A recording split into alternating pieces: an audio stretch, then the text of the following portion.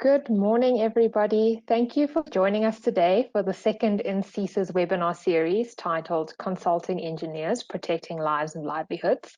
My name is Danielle Peterson, and I will be your moderator today as we discuss whether capacitation and empowerment are possible while remaining sustainable. So before we get started, I'd just like to outline some house rules for our viewers. On the right-hand side of your screen, you will see the GoToWebinar panel. So please use the question section to submit any questions you'd like our panelists to answer. We will have a 20-minute question and answer session at the end of the webinar. So we'll try to answer as many of your questions as possible there. So please feel free to submit questions as we go and also indicate whether your question is for a specific panelist. We will also have some live polls during the course of today's webinar so that we can get some input from you as the viewers. These will pop up on your screen and you simply need to select your answer. So to unpack today's topic, we have 5 panelists joining us. They are Rafeelwe Lesufi, member of the CISA board and director of Prana Consulting, Professor Dirk Coetzee from UNISA's Department of Political Sciences, Cas Kubadia, CEO of Business Unity South Africa, Ntandazo Vimba, CEO of the Municipal Infrastructure Support Agent, and Gustav Rode, CEO of Zatari. So thank you so much to all of our panelists for joining us today. Each of our panelists will give a short speech before we move on to our panel discussion, which will be followed by our Q&A session. So first up, Rafeelwe Lesufi is going to set the scene for us today. So over to you, Rafeelwe. Thank you so much, Danielle. A good morning to the participants and to my fellow panelists. Through this webinar, CISA's Transformation and Development Committee, in conjunction with government and industry, seeks to unpack the question, is capacitation and empowerment possible while remaining sustainable? A relevant question to ponder indeed, considering the industry status quo. In the context of the engineering sector, why is capacitation and empowerment important? If you look through your dictionary, a simple and direct definition of capacitation is to make legally competent, to render fit, or to make qualified. Now, the apartheid government systemically took away the rights of non-white South Africans, barring their ability to participate meaningfully in most sectors and in the economy as a whole. The resulting inequality is evidenced by the high levels of unemployment, which affects mainly Black South Africans, and more so women. It is evident in the racial patterns of ownership of wealth and income, in the underrepresentation of female-owned enterprises in most sectors, and a low representation of registered engineering and built environment professionals from previously disadvantaged groups in the current skills pool. In an attempt to redress the complex inequalities and disadvantage brought about by our country's history, previously disadvantaged groups needed to be empowered through processes whereby they are capacitated through policies that provide special opportunities in procurement and implementation, employment, training, and mentoring, as well as education. Post-1994, the democratic government developed acts such as the Employment Equity Act, the BEE Act and Construction Sector Codes, the Skills Development Levies Acts, and also the PPA. But despite all the supportive policies and a strong legislative environment, the sector continues to experience high levels of racial and gender inequality, with low barriers to entry and access to economic opportunities for previously disadvantaged groups.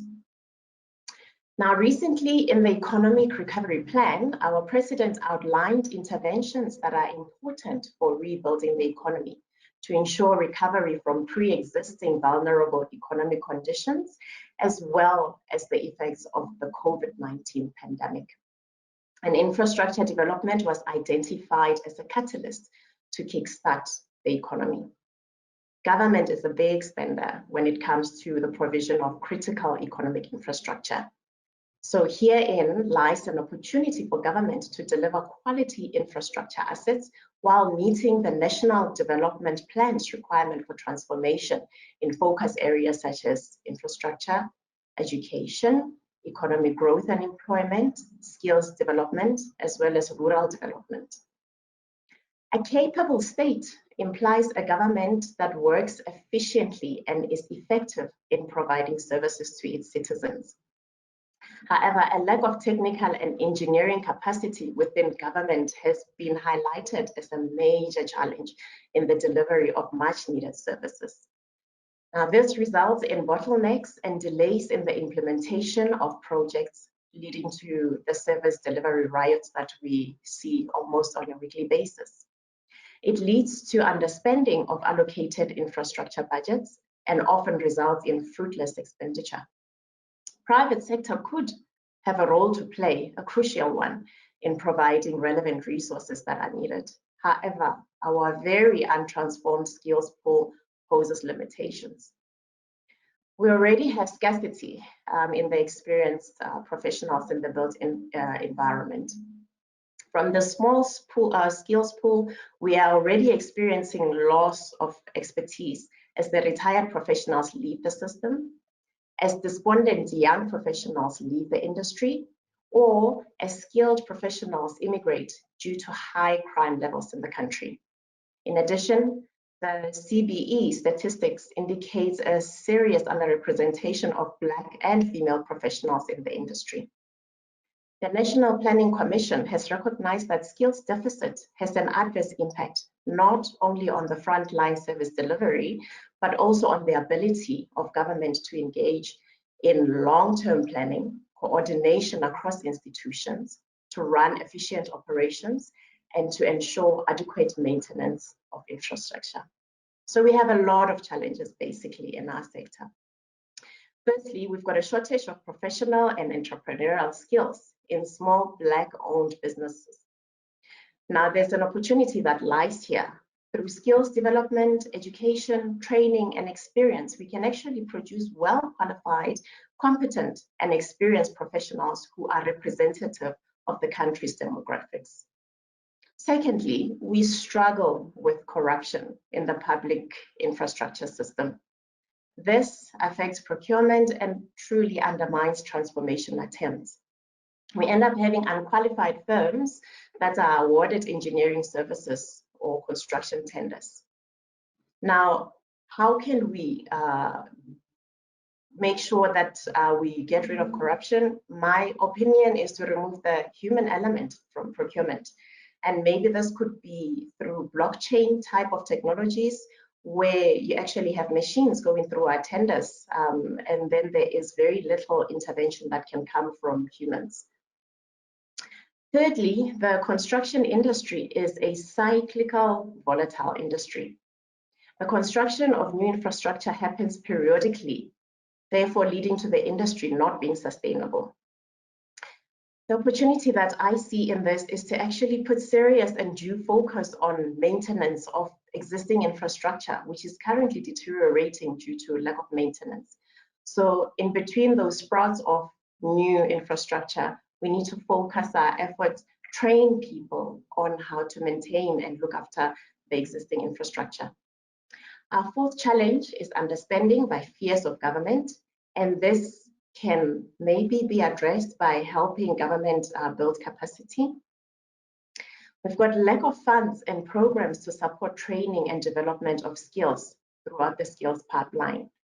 So we need to somehow allocate funds with the main idea of developing a new skills pool or augmenting our skills pool. The sixth challenge is the lack of commitment by most white-owned businesses in the built environment sector to actually transform. This one, I really don't have a possible solution as to how you can actually change people's minds and get them to realize that it is through them as the people who make decisions in the industry that we can actually transform meaningfully. Lastly, a lack of capacity by SMMEs. We have a lot of small firms which have sprouted about, and they do not have the capacity to be able to deal with the big projects that government is going to be rolling out.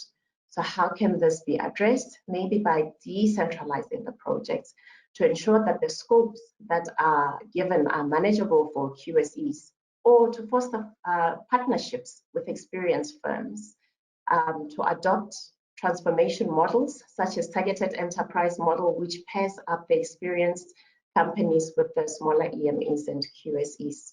To wrap up, South Africa needs to create a conducive environment which makes it easy for all stakeholders in the public infrastructure development to do the right thing, to plan and deliver infrastructure projects efficiently and effectively. To achieve value for money, we must do more with less to transform our industry and livelihoods. I should stress that we actually want to deliver good quality infrastructure while meeting transformation targets and protecting lives. We don't just want to spend fruitless money in an attempt to achieve transformation.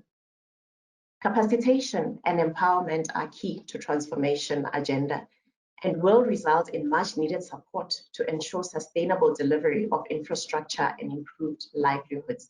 However, it will take serious collaboration and a building of trust between private and public sector and the willingness of stakeholders to make it work. So, is capacitation and empowerment possible while remaining sustainable? Let's wait to hear from our industry experts. Thank you. Thank you, Rafiel, for setting the scene so beautifully for us and for really highlighting some of the key challenges. Next up, Professor Dirk Coetzee is going to discuss whether political institutions and the public and private sectors have the capacity to deliver infrastructure in a sustainable manner, as detailed in the Economic Recovery Plan. So I'll hand over to Professor Coetzee now. Thank you very much for this invitation to be here. I want to concentrate as a political scientist, obviously more on the political institutions, and the question that was posed to me to address. Sorry, Professor Coetzee, your audio was cutting out there. I don't know if you just want to try again. Is it audible now? That's much better. Thanks. Okay, good. Okay, so the question that was posed to me was, does political institutions and the private public sector have the capacity to deliver the proposed infrastructure in a sustainable manner, as detailed in the reconstruction and development plan of the government? I think first of all to observe the point is that the plan, the recovery plan, very much emphasizes infrastructural development and infrastructural plans as in the context of job creation specifically. But it's definitely regarded by the government, President Ramaphosa, as one of the focus areas that he wants to activate as soon as possible. I would argue that the infrastructural development is possibly partnered with the developments in the area and the sector of energy, and where the private and public partnerships in the energy sector, electricity specifically, has become exceptionally prominent also. Now, where I want to focus on is obviously specifically the political institutions. That is the question posed to me. To what extent are they sustainable, and can they deal with infrastructural development? It raises the question whether infrastructural development is primarily a responsibility of government or of the private sector, or what should be that relationship between the two main sectors. That appears not to be answered yet, and I think this is one of the challenges that will have to be addressed in a much more systematic way in future. The projections is that when it comes to funding, that about a third of the funding will have to be done by the public sector and about 2/3 by the public sector. Now, the infrastructure in government itself, that means the political infrastructure, one can summarize by first of all concentrating on the Infrastructure South Africa forum that has been established, which was in a sense and the outcome of the work that was done initially in the office of the president by Kgotshintsi Ramokgopa, as the coordinator of infrastructural developments. That has now migrated to the Department of Public Works as a component of the Department of Public Works. Together with the other important focus area is the infrastructure fund that has been established. There are different targets that 1 year about what the funding level should be, but it's around about 100 billion rand for catalytic funding.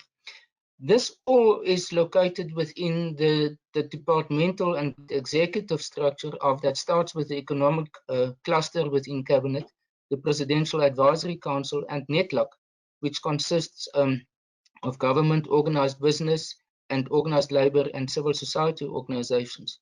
Now, the infrastructure SA, which is a relatively new development, and as I said, is located within the Department of Public Works, is now the main driving force in the political domain for the development and planning of infrastructure projects.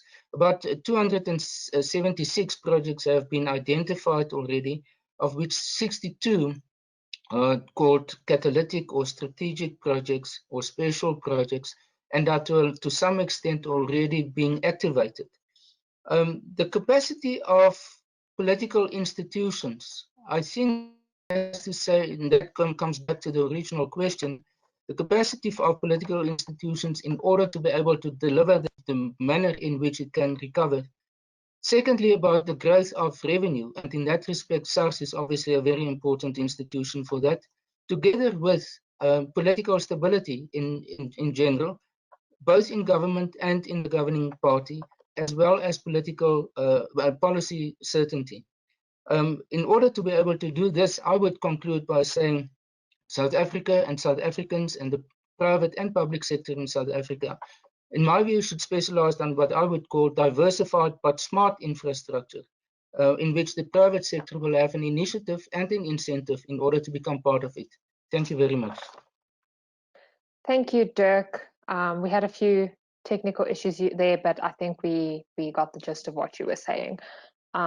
Next up, Cass Kuvadia is going to run us through what needs to happen to create sustainable change leading to effective transformation.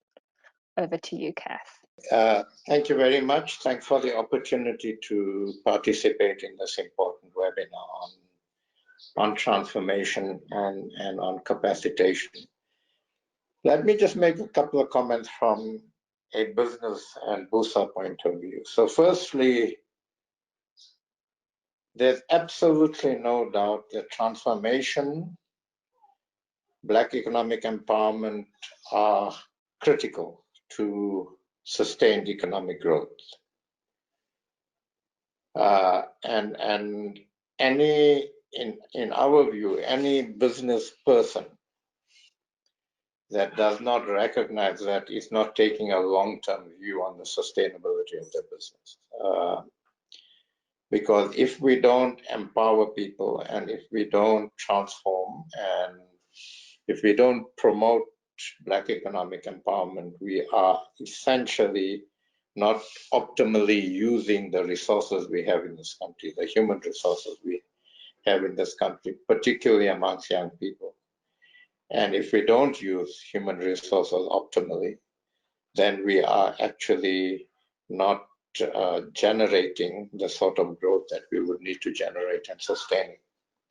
So that's the first point. The second point is that I think that we need to look at how we apply some of our legislation. So broad-based Black economic empowerment legislation has got to be applied in a way that actually promotes its name.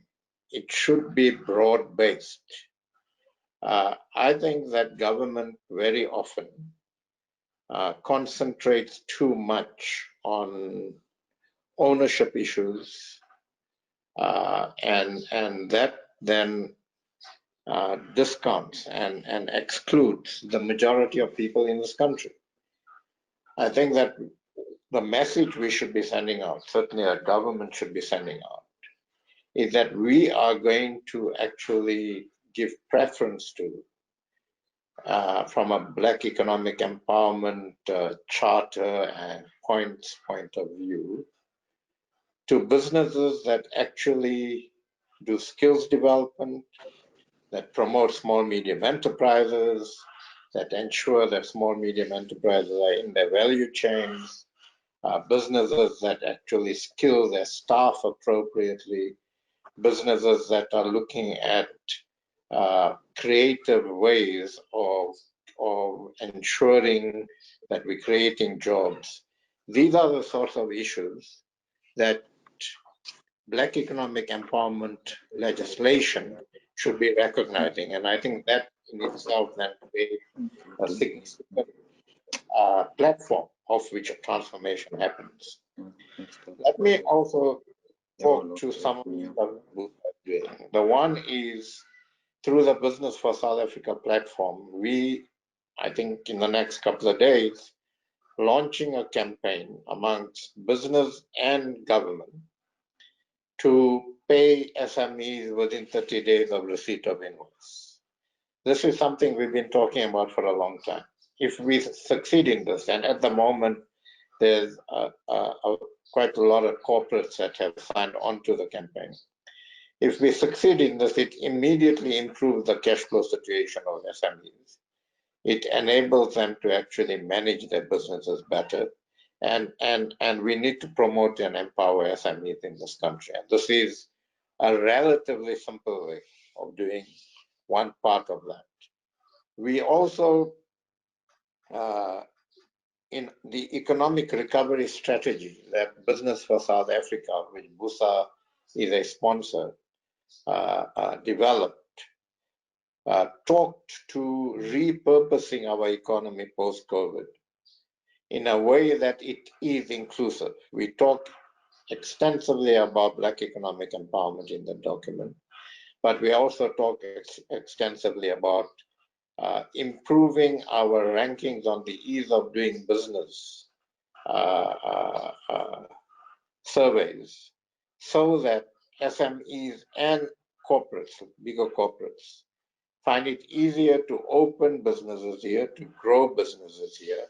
Investors find the environment appropriate to invest, because ultimately we can only transform and include if investors invest and the economy is growing, and the economy is growing sustainably. Currently, we're in recession. We were in recession pre-COVID, and COVID has just exacerbated that. And that's why the bulk of our discussions and engagement with government and social partners at the moment is about how we actually grow our economy. Without growing the economy, we can't structure that growth to ensure that it is inclusive, it is transformative, and we actually develop our people to participate in that economy. And let me just finish with, I think, the role that government needs to play. And I want to use as an example what we read in the Sunday Times on this past Sunday about the South African National Defense Force in Cuba. So one of the things that the South African National Defense Force has done is contracted with Cuba to bring into the country people who will repair military trucks. Now, in a situation where we have massive unemployment, where we need to empower our own people and create jobs, to me, it boggles the mind that we can't take the view that we can actually train unemployed people, take them through technical courses at TVETs to actually repair trucks. And those are the sorts of things that we just cannot allow in our country, and government needs to be extremely tough about those sorts of issues. The first question we should be asking whenever we need to procure is, can we procure from South Africa? Is it possible to train our own people to actually do the job? And if those aren't possible, then we look elsewhere. And so I think that we need to work together as social partners to ensure that we have transformation and inclusion top of mind. Business people and businesses, particularly corporate and larger businesses, need to appreciate that the sustainability of their businesses and the sustainability of the economy depends on transformation and inclusion. It's not a social development issue. It's not a CSI issue, although CSI is very important. It's a hard, fundamental economic issue. Thank you very much.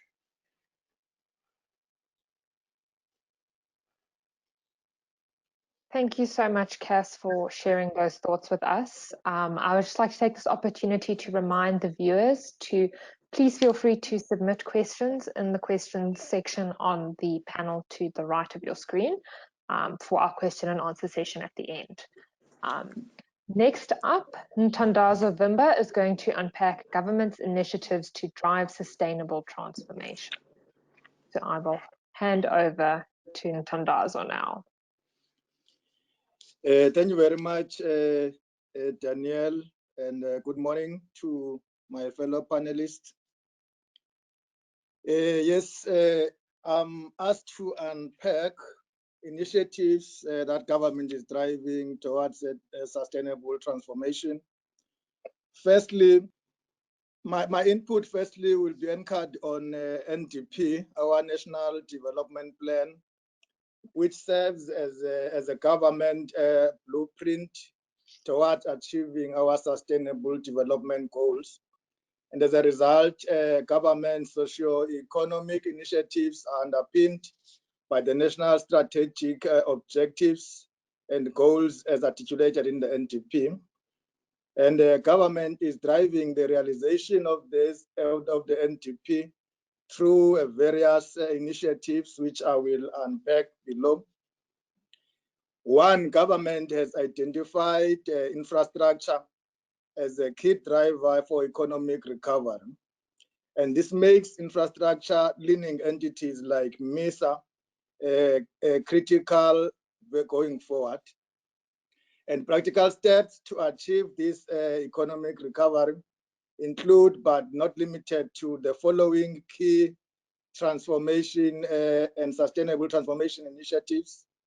One, driving the district development model to improve coordination and alignment to enhance the impact of government investment. Two, a mainstreaming of our labor-intensive construction in development to maximize employment creation. Three, the establishment of the Infrastructure Investment Office in the Presidency to drive infrastructure investments, project preparation, coordination of government efforts through packaging and the preparation of infrastructure investment plans. Then four, we have got the budget facility for infrastructure to finance catalytic projects, which is currently sitting at National Treasury, and the establishment of infrastructure fund in conjunction with the DPSA and National Treasury, and the development of a private sector participation model to crowd in investment in municipal infrastructure, which is a program driven through MISA and DPSA, and the establishment of new smart, green, resilient cities across the country going forward. All these initiatives requires a broad society and social partners to play a key role in enabling the achievement of these initiatives. However, there are key inhibiting challenges that we still face and we must tackle if we are to achieve all these noble initiatives.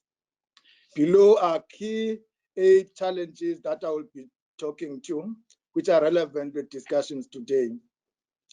The issue of poor collaboration and coordination internally and across the 3 spheres of government, including business and civil society, undermines our shared aspirations for development of our economy and our country. Hence, the district development model become a very key instrument that we must take advantage of to address these challenges. And also we've got the challenge in our country of ensuring access to safe and reliable infrastructure. We've spent more time focusing on eradicating backlogs. And in the process, we've ignored looking after existing and our new infrastructure and has then led to a serious challenge of reliability of our services to our communities. And we've got a serious challenge of underinvestment in infrastructure, as well as the unfavorable economic environment which our country finds itself in, which has been made worse by COVID-19. And of course, the underlying challenge of inequality in our country means the impact of this disproportionately impact the poorest in our country. I've got the poor identification, prioritization, and planning for projects, which result in misalignment of our plans in many cases, and have a situation where we have billions spent on bulk infrastructure without the required retitulation projects or vice versa. And it's a challenge that we are facing and we are dealing with. And we've got the problem of poor collaboration between public sector, private sector, civil society, and not-for-profit organizations in realizing the South Africa we all desire. And of course, the challenge of climate change and the unique challenges it brings to our understanding of sustainability, reliability, and resilience. And of course, the colleague spoke about the shortage of technical capability and capacity to deliver quality services in the state and high reliance on the private sector. These challenges have underlying causes and need to be addressed collaboratively, systematically, and holistically. And our limited resources means we need to be innovative and willing to try alternative ways of doing things. We also need to all hands on deck, both government, private sector, and civil society, institutions of higher learning. We all have to work together if we are to address all these challenges. And below are some high-level proposals on how we think we think we can begin to practically respond to some of these challenges. These are initiatives that we are currently leading at MISA in conjunction with our sector departments. The challenge of addressing access to safe and reliable water was saying we need to take an infrastructure life cycle approach to infrastructure development. And this means we must no longer only think in backlog eradication projects and funding terms, but pivot to a cradle to grave approach in infrastructure development. Already we're engaging a lot within government to shift from funding new infrastructure through grants only and leave the issue of maintenance and repairs to municipalities' own revenue, knowing very well that most of our municipalities have got nothing, no revenue base at all. So there are discussions to see how can we incentivize municipalities to begin to prioritize repairs and maintenance and instill discipline around asset management in our municipal institutions. And we're saying we need to urgently bring infrastructure asset management to the forefront and begin to value both the development of new infrastructure as well as looking after the existing infrastructure.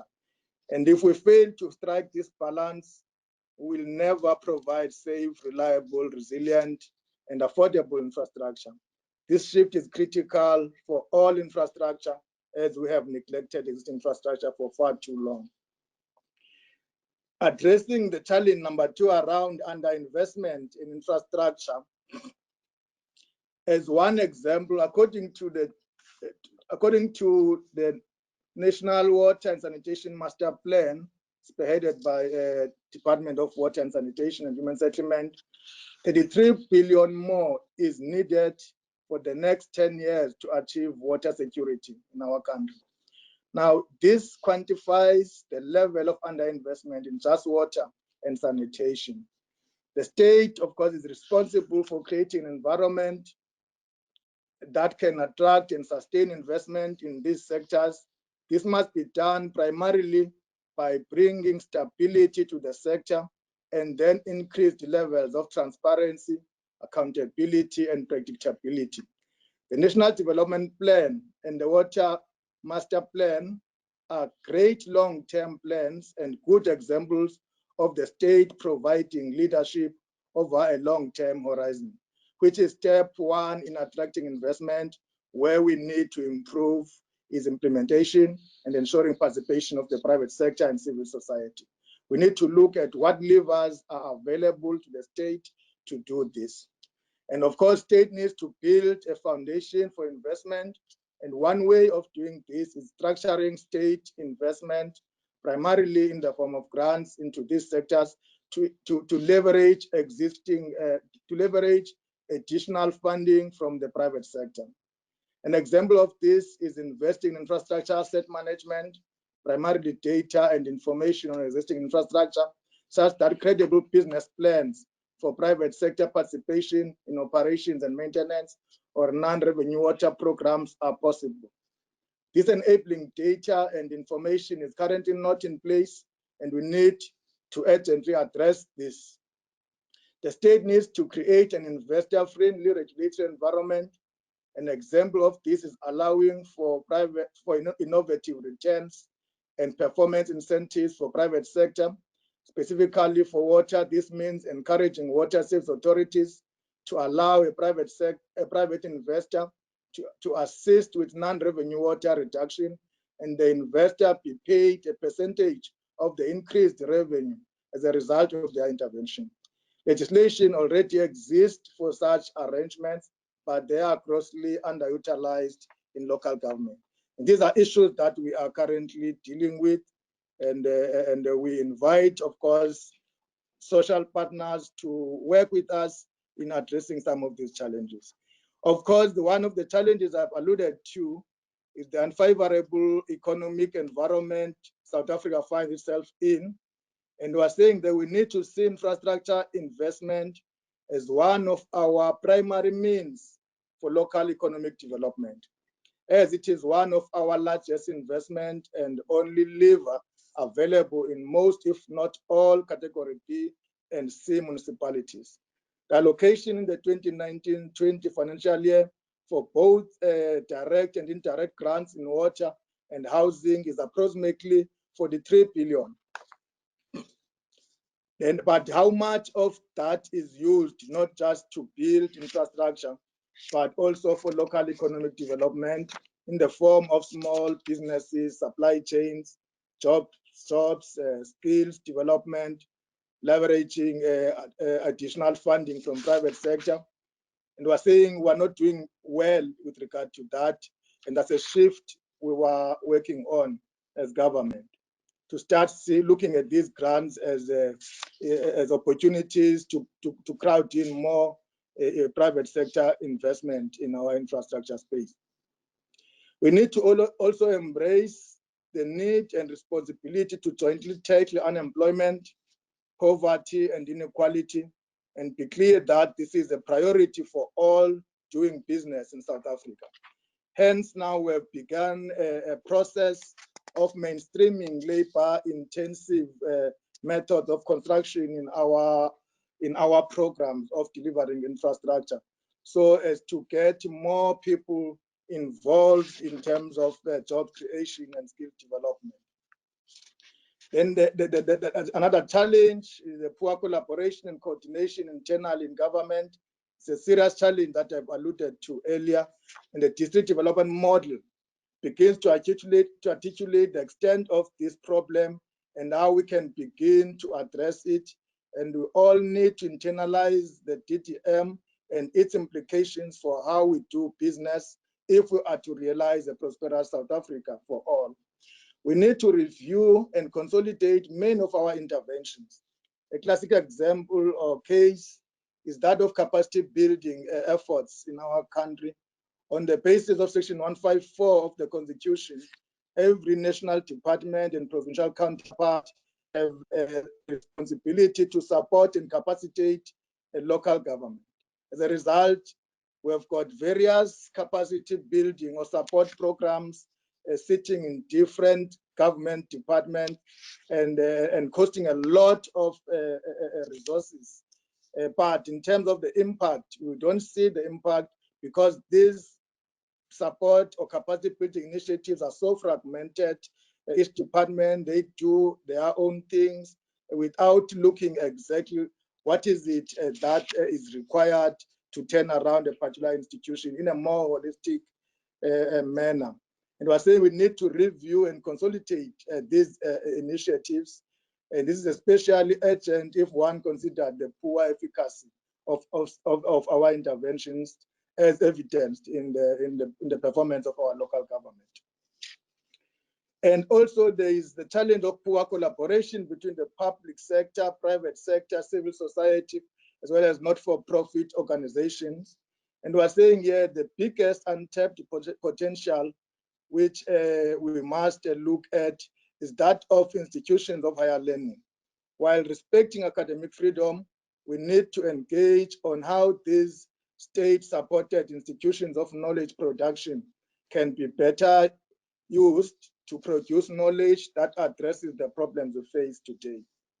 This is not to say all of academia's endeavors do not respond to our most urgent and pressing needs, but it says of our world-renowned institutions of higher learning, how many peer-reviewed papers have been produced that answer the question of infrastructure underinvestment in, say, local government, and how many research projects are dedicated to this question, and how many PhDs are focusing on the impact of legislation on investor appetite or the like. And then lastly, the challenge of climate change and the unique challenge it brings to our understanding of sustainability, reliability, and resilience. We're saying here a lot more work needs to be done at all levels to effectively respond to this challenge. Some of the questions to ask as we embark on this journey are our institutions of higher learning geared in this direction from a research and teaching disposition? Are the graduates they produce prepared for this type of work or thinking? And how do we shift the mindset of the civil servants and professionals already in the system? And how do we respond, noting the risk of no action? And then I've got some few questions for the panel to ponder, Ms. Facilitator, as to what role does infrastructure practitioners have in achieving racial and gender transformation in the built environment, or is this not an issue and it is not now resolved?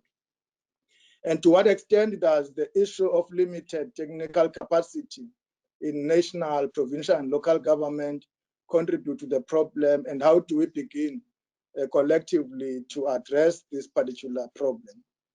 And what is the role of the engineering fraternity in unlocking investment?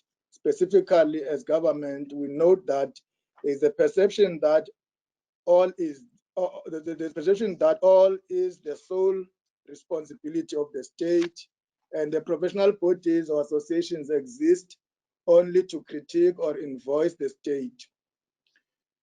How can we foster a better collaboration between the respective institutions represented here to achieve sustainable infrastructure transformation, such that the discussions held today don't end here but continue? Thank you very much, Ms. Facilitator.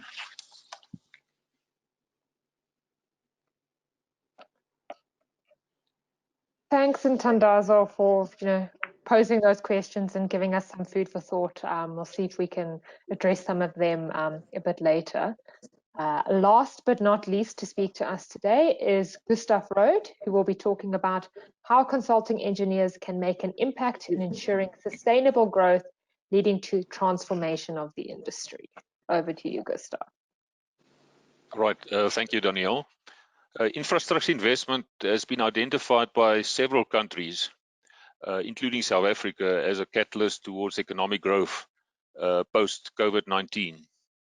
I suspect that most of the delegates on this call are equally excited, motivated, and ready to support the President's vision of using infrastructure investment as a cornerstone of economic transformation. But when I read the plans, I think it's going to be a bit different from what the other countries are envisaging, in the sense that it's really going to be about economic transformation. And if you think about the definition of transformation, it is defined as a marked change in form, nature, or appearance. So I think it's going to go through, yes, it's about economic growth, but it's going to change the way people interact in the economy, who participates. We'll probably have to think about different ways of procuring, different ways of funding, different ways of partnering between government, private sector, and others. We as infrastructure consultants have a big role to play to ensure that this growth plan succeed and is sustainable. CISA, which has organized this event, represents now 600 member firms, and most of them are purely focusing on infrastructure consulting. We employ 17,000 practitioners that focus on the design, the delivery, and maintaining or looking after infrastructure. Our members' focus areas is strongly aligned with CITSA, being energy, water and sanitation, transport, human settlements, and agriculture and agro-processing. I see it as important that all our members are currently subscribing to our integrity statements, because what we cannot allow is that this critical program be eroded or hijacked by corruption and other bad things that we've seen happening in the last decade. All our members are sensitive to sustainability, also being essential in making sure that the right things are done in our developing economy. We will have to continue to transform through different conduits. The first that's been mentioned by many is that the participation in our industry is still skewed. We have to increase our diversity both in race and gender. And what I find kind of sad is when I looked at numbers last night, is that CISA employment has reduced from 20,000 employees to 17,000. Which is a result of the last few years of economic difficulties in our sector. And one's got to realize that any transformation is negatively effective if the industry goes into a sustainable or into a struggle mode. And hopefully when we talk about this infrastructure development plan, it will have the opposite, where again we can really accelerate our diversity drives. We also have, as Cas has mentioned, we've also got to be passionate about broad-based Black economic empowerment, which is about an opportunity to develop skills, to develop enterprises, to change the mix of our fraternity. Transformation of our company mix will have to happen. There's if we look at the CISA membership, quite a change has happened, but more is due. And again, as mentioned by a previous speaker, a major challenge for smaller companies remaining is the whole issue of working capital. Most smaller enterprises simply cannot absorb outstanding debtors in the long term, often leading to them becoming successful and then going out of business. So again, because I think that's a fantastic initiative for us to really engage with government to make sure that this is another area of sustainability. We will also have to transform our offering. It's about digital transformation. Ntandazo mentioned that our systems and our infrastructure must become smart. We will have to focus more on sustainability. In our country, the limited resources should force us to become smarter. It's the issues around the circular economy, and practitioners need to become more socially and environmentally sensitive. Life cycle thinking is another area that we'll have to change our thinking, much more about looking at life cycle, looking after infrastructure, asset management, etc. we will be challenged with getting new innovative procurement and financing models, because many of the current models are becoming blockages. Refilwe mentioned initially that there might be smarts that we bring into the procurement process, but it cannot be effective to shortlist 40 companies or preparing proposals. Somebody gets appointed and then there's a legal case that turns the clock back for 6 months. This cannot be good for infrastructure investments. We will have to change our way in partnering, and I think a critical element here is the development of small and medium enterprises. Partnering as we go into this process will be between private sector and government. It's partnering between companies with different skills, and it's very essential also partnering to make sure that skills are transferred to emerging and young and small companies. In summary, Danielle, I see this is a great opportunity where South Africans create sustainable growth. It will result in accelerated transformation, but also we will have to realize that we'll have to transform to meet the challenges, because it's not only about economic growth, but economic transformation. Thank you. Thank you so much, Gustav, for sharing those thoughts with us. We will now move on to the panel discussion portion of today's webinar. So thank you to all of our presenters for sharing their insights, and I'd like to ask them all to join us now. And to start off our panel discussion, I'm going to launch 2 polls for our audience members to vote on, and then we can ask our panelists to discuss some of the results. So first up, we'd like the viewers to please vote. Do you think that the current public infrastructure procurement and delivery process is geared for sustainable self-capacitation?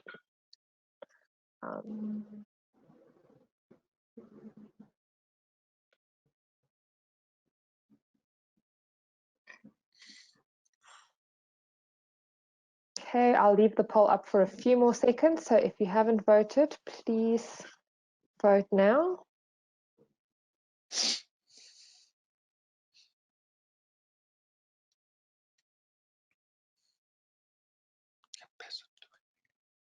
Okay.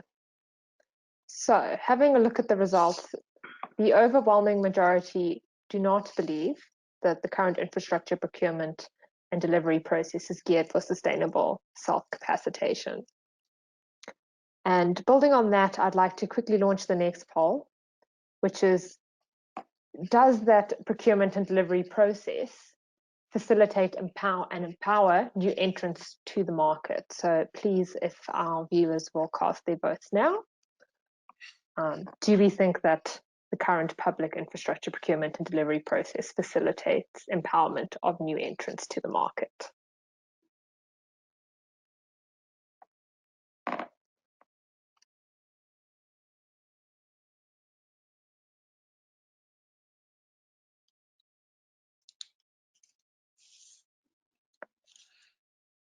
Okay. And again, the majority of the audience does not believe that that is the case. So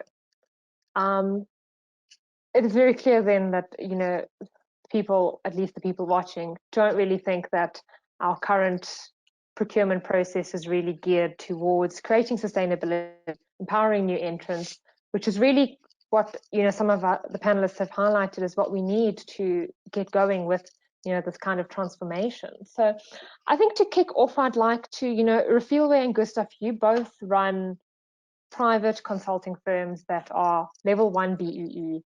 So maybe Refilwe, you can start us off. You know, what are your thoughts on this? Do you agree with the audience? And you know, how do you feel from, you know, your position as someone, you know, working in the private sector? Thanks, Danielle. Yes, I completely agree with the results of the poll. In order for the majority of small companies to participate in the industry, we rely on tendering, which is a way of procuring services by government. And it takes up a lot of time and a lot of resources, which most companies actually do not have.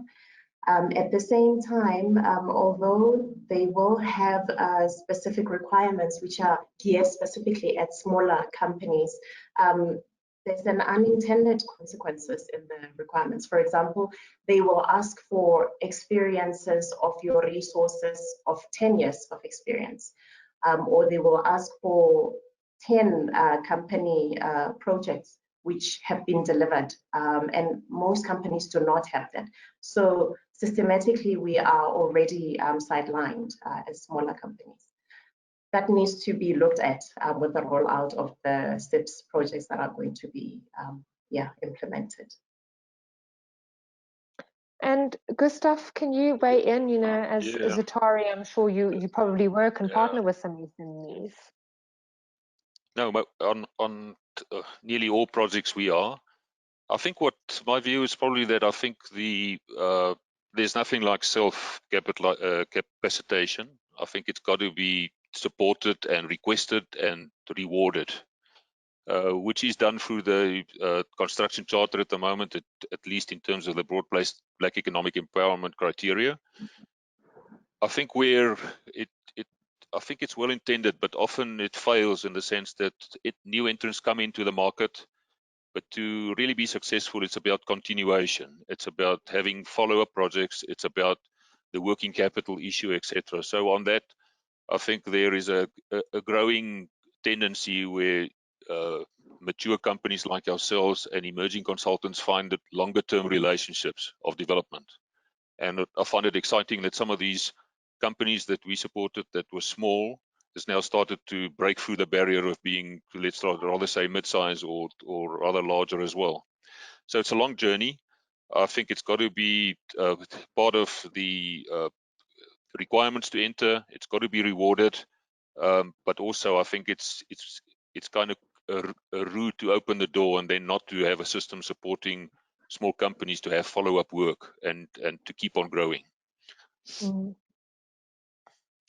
And Ntandazo, I mean, you from a MISA perspective, you know, as the Municipal Infrastructure Support Agent, the role is really to improve infrastructure delivery, accelerate service delivery. So from a public sector perspective, what do you think about the current infrastructure procurement and delivery process? Do you think that there perhaps needs to be some changes there to facilitate, you know, empowering small businesses and improving transformation and kind of doing things sustainably?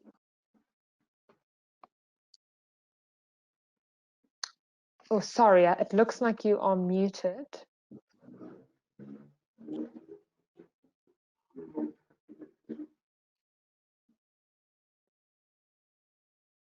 Okay. Oh, there we go. Thank you very much. Definitely, the current procurement regime is not working, in particular for small businesses and new entrances.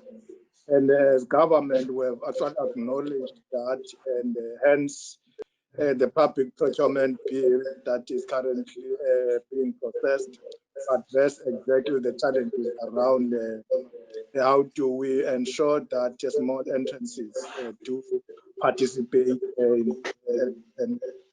in terms of procurement and capacitated.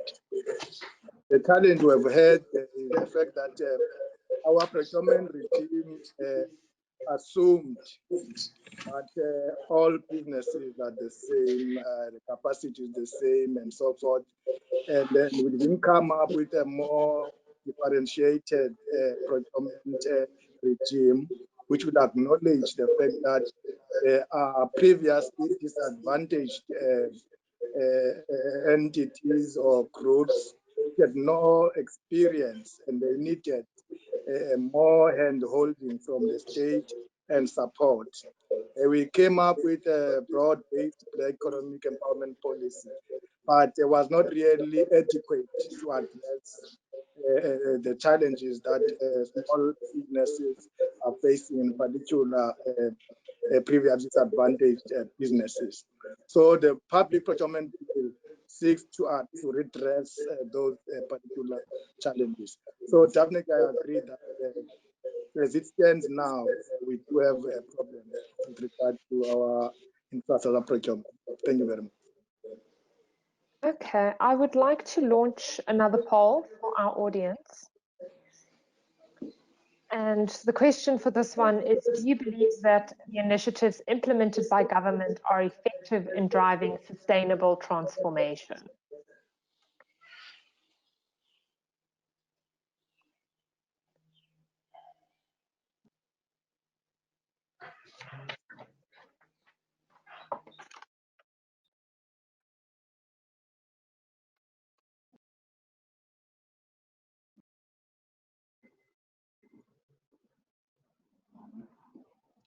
Okay, I'm going to close the poll shortly. So if anybody hasn't voted, please vote now.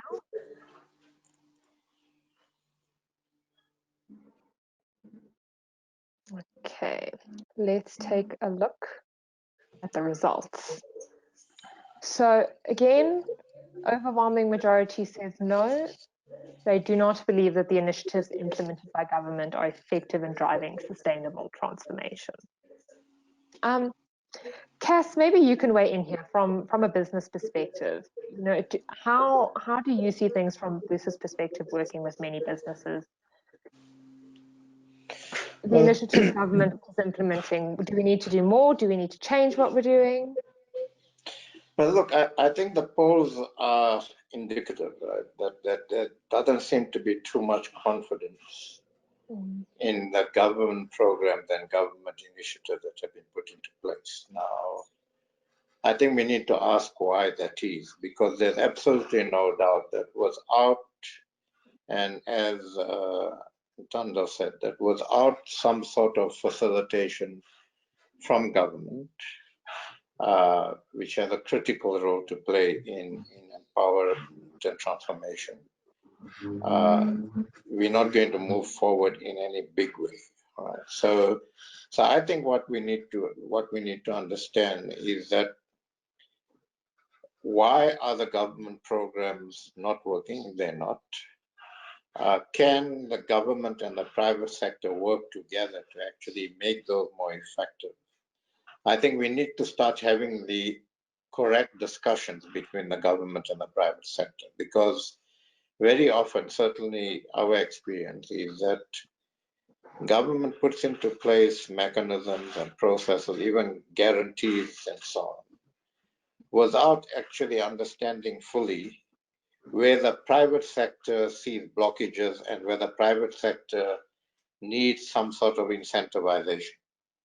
Okay, I think if we have those discussions and structure those programs in a way that does actually unblock blockages that the private sector is identifying in empowerment, in transformation, then I think we begin to make progress, number one. And number two, if we're addressing those blockages through a partnership between business and government, then you can hold the private sector accountable if they are not actually addressing those blockages and we're not moving forward on transformation. So I think that's the first issue. The second issue is, I think we also need to look at some of the government agencies that have been established to actually do some of these things, to facilitate SME growth, to put into place financial mechanisms that will help the government, help the private sector, and so on, just don't seem to be working. And again, if it's an issue of capacity, if it's an issue of expertise, then I think we in a state in our country where government needs to actually say, we're going to recognize that we don't have the capacity, and we are going to utilize whatever capacity is available in the country. Let's optimize the use of capacity in the country. I get tired when government says, no, we don't have capacity. There's plenty of capacity in the country. Let's utilize it.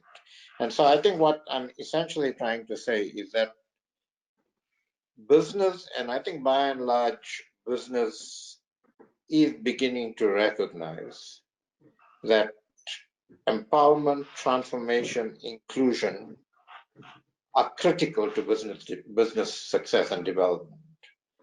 We can't reach 5-6%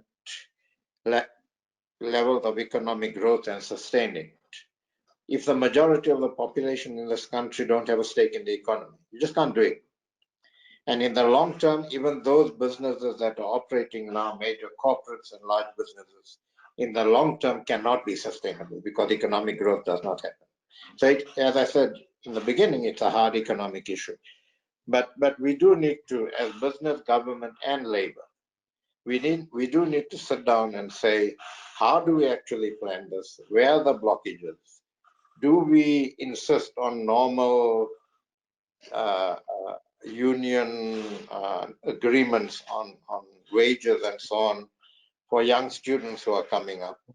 And those sorts of discussions need to be had, and we need to deal with this as a critical social part.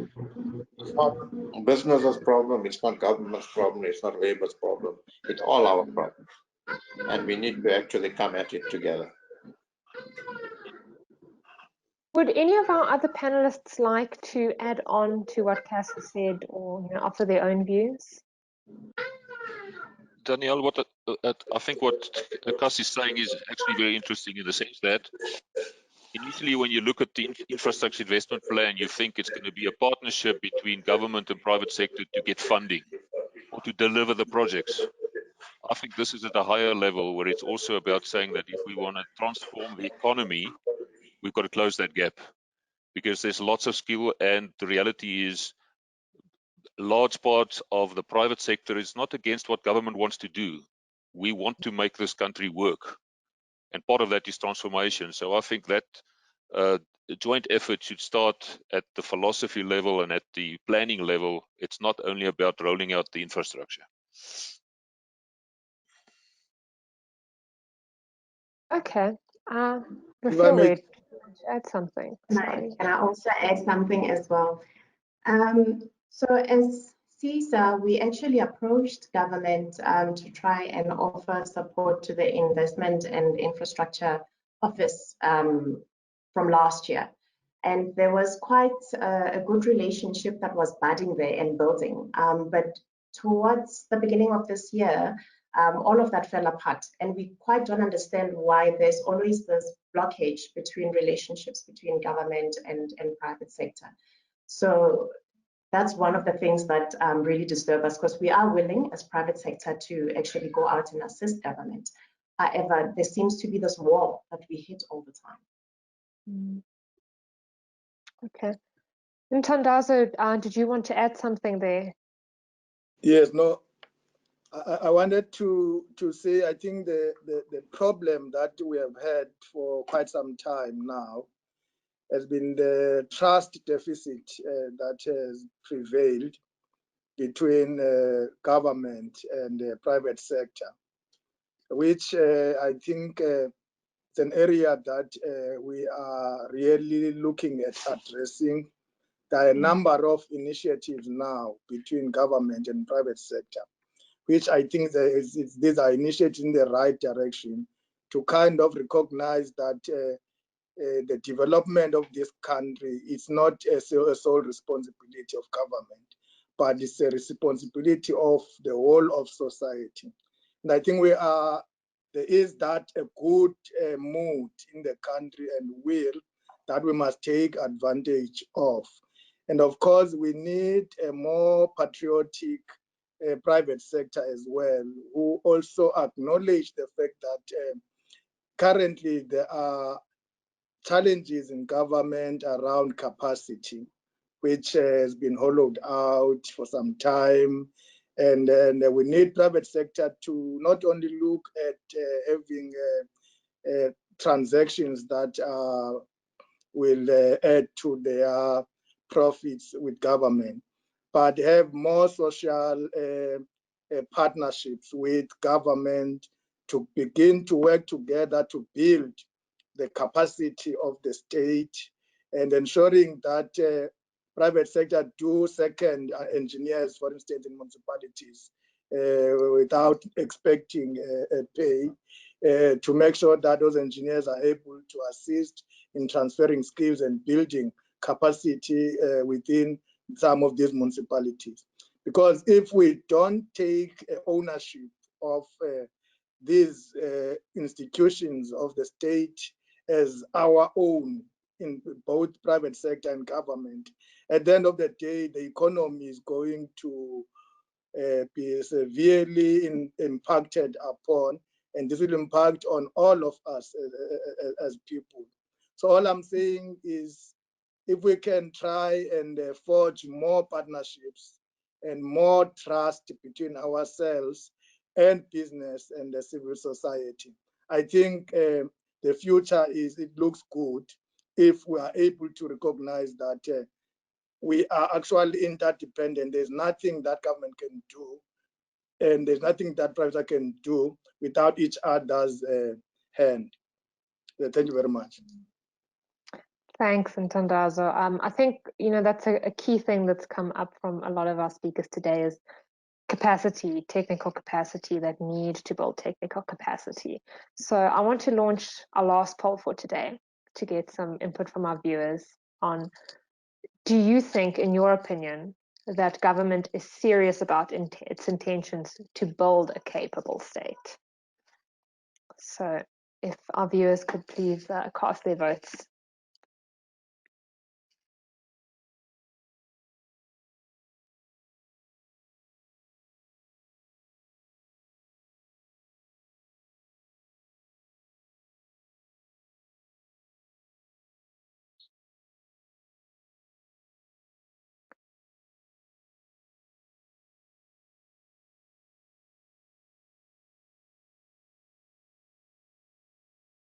Okay, I'm going to close the poll shortly, so if you haven't voted, please quickly vote now.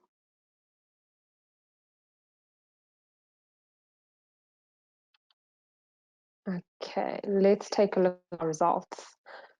I think that's quite a concerning view that, our viewers obviously are not, they don't think that government is necessarily serious about its intentions to build a capable state. So I think I'd like perhaps each of our panelists to just weigh in on that. I mean, do you necessarily agree that that is the case, for starters? And then secondly, how do we go about building that capacity? I mean, Ntandazo had some suggestions of, bringing in the private sector to help capacitate our municipalities and things. But maybe, Rafiwa, you can start us off. Just give us some of your thoughts.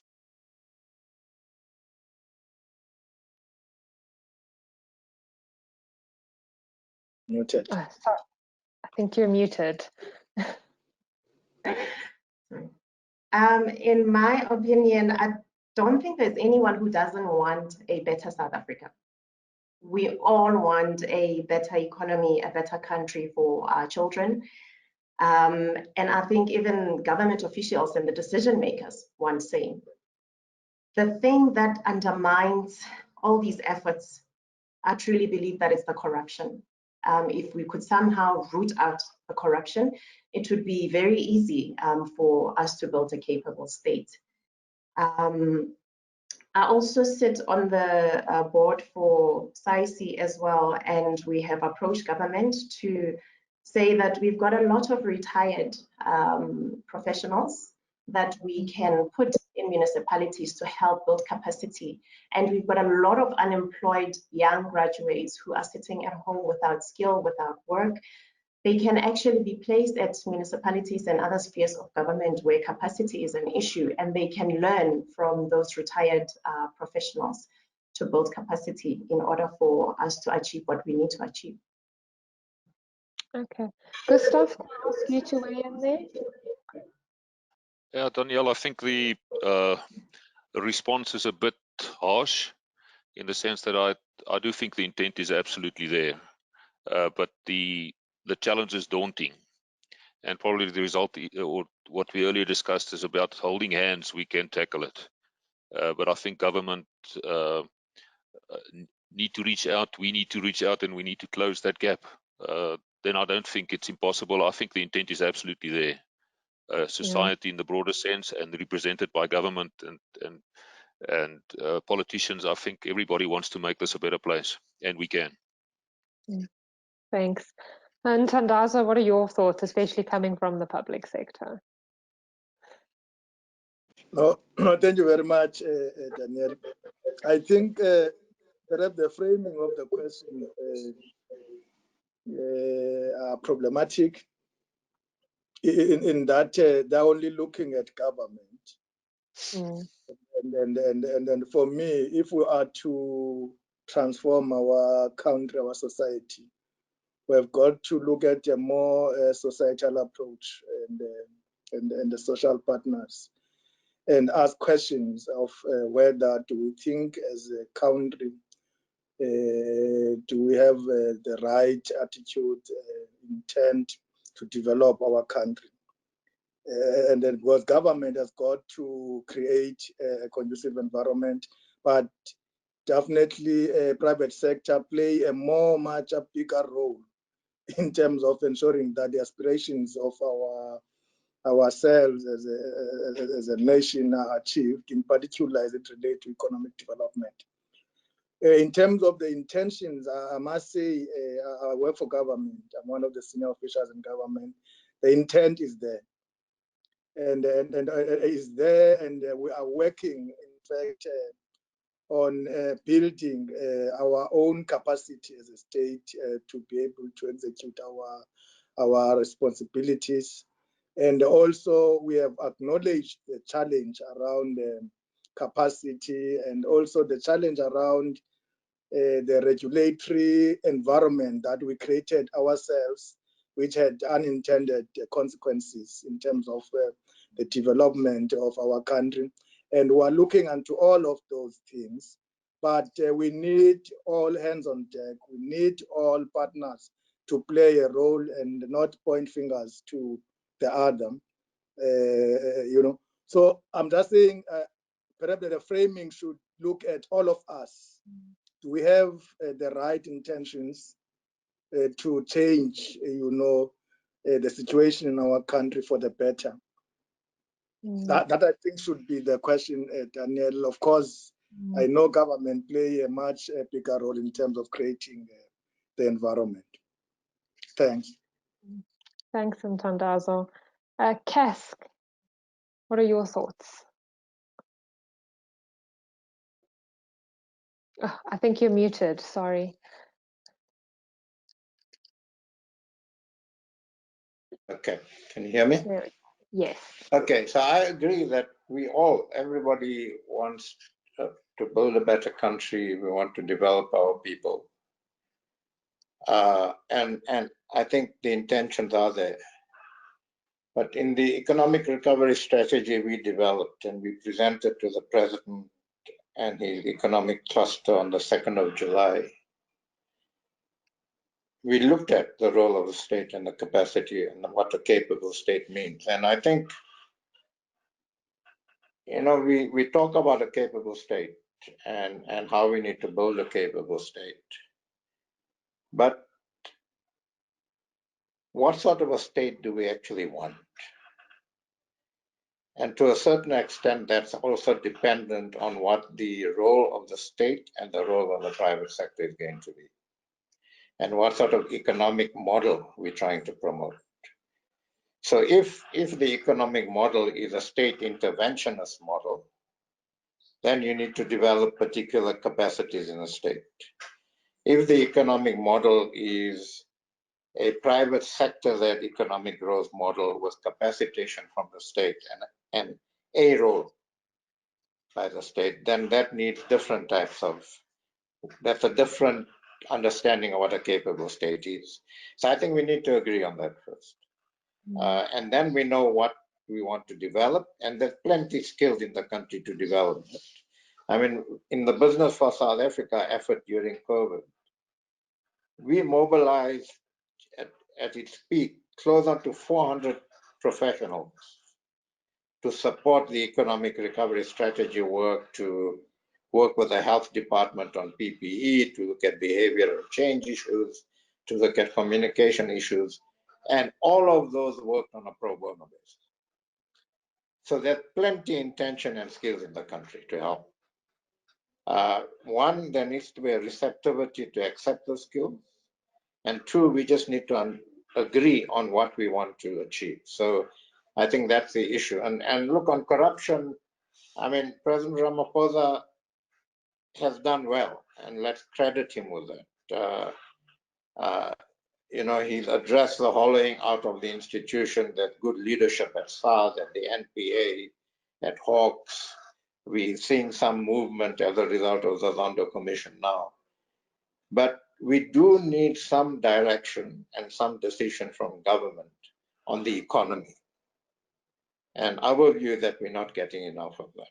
We're not, government needs to unequivocally come out and say that our concentration has got to be to attract investment, get growth going, make sure it's inclusive, allow businesses to grow, to open, to develop so that they are profitable and they pay taxes. And that's got to be the sort of virtuous cycle. Otherwise, we don't handle everything we want to handle and we don't begin to make an impact on our fiscal crisis. And those are the sorts of discussions we should be having at the moment. Thanks, Cass. It looks like Prof. Kutsia has joined us. Dirk, I don't know if you have anything that you would like to add in on that. Yeah, thanks very much. I'm sorry, it seems there's some problems it was there. I think if the question is if the capacity of South Africa in general is sufficient, then I would say yes. It is whether this, and I agree very much with Mr. Kovadia, it is about choices. It's about the relationship between the private sector and the public sector. The capable state is very much associated with the notion of a developmental state, which was very popular earlier on. But a developmental state is a statist approach.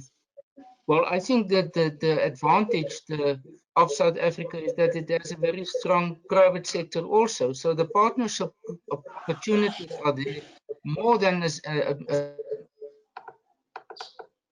predominantly dominated by the state. So I think that debate is in a sense still absent. And I think it's unfortunately partly an ideological debate. Between the left and the right, or the left and the center, and whatever you want to call it. And for that reason, I think we will have to come to a point, and my suspicion is the pandemic to some extent assisted us to say that it can't continue to be a purely a philosophical or ideological debate. There's some practical challenges now. And given the fact that there is, for example, the fiscal situation is in dire straits, it forces the government ultimately to become involved more in partnerships.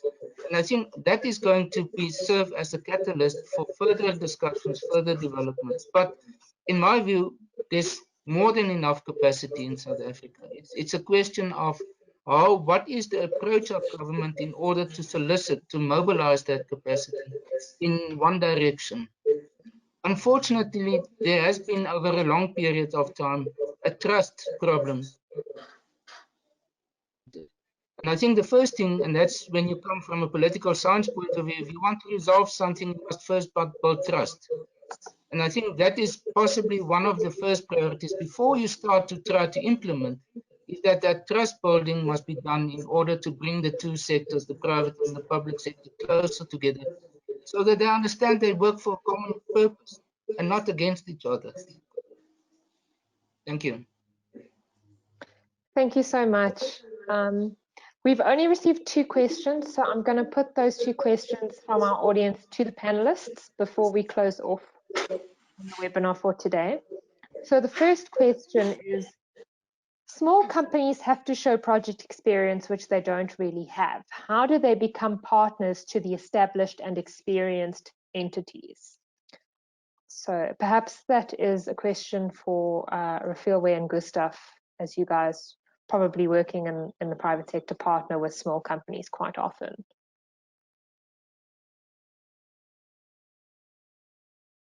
So the way that we at Prana overcome that challenge is to partner with companies who have the experience. And through that partnership, you derive more than just whatever it is that you're gaining from the project. You get to learn systems as a result, improving your own internal systems, which means that by the time that partnership ends, then you've grown more than just generating revenue and gaining experience. JVs in the sort of, JVs as well, assist as well. It's basically the only way to partner with someone who's got that relevant experience to get you through the functionality. And Gustav, would you like to weigh in? And how do small companies maybe go about actually seeking out those partnerships?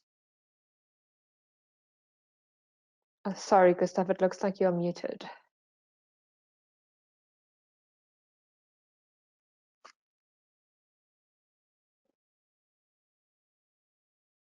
All right.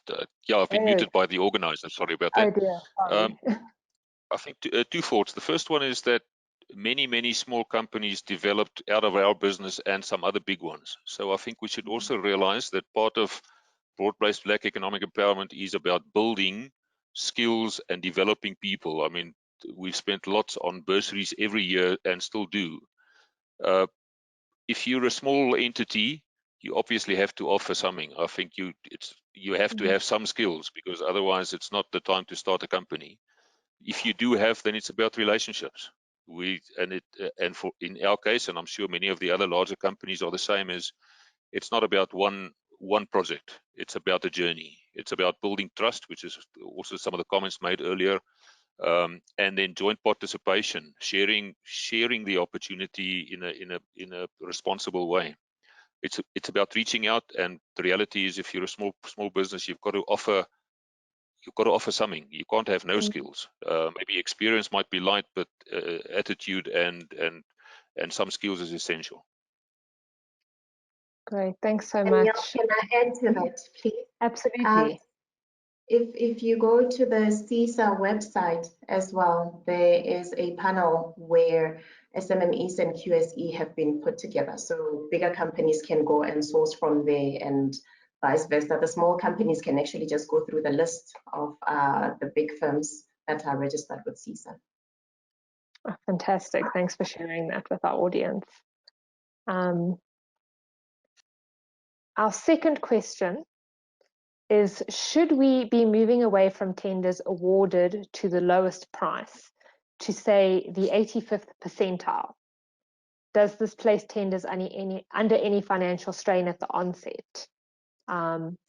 With fee deductions and discounting in order to get a foot in the door, is this slowly killing the industry?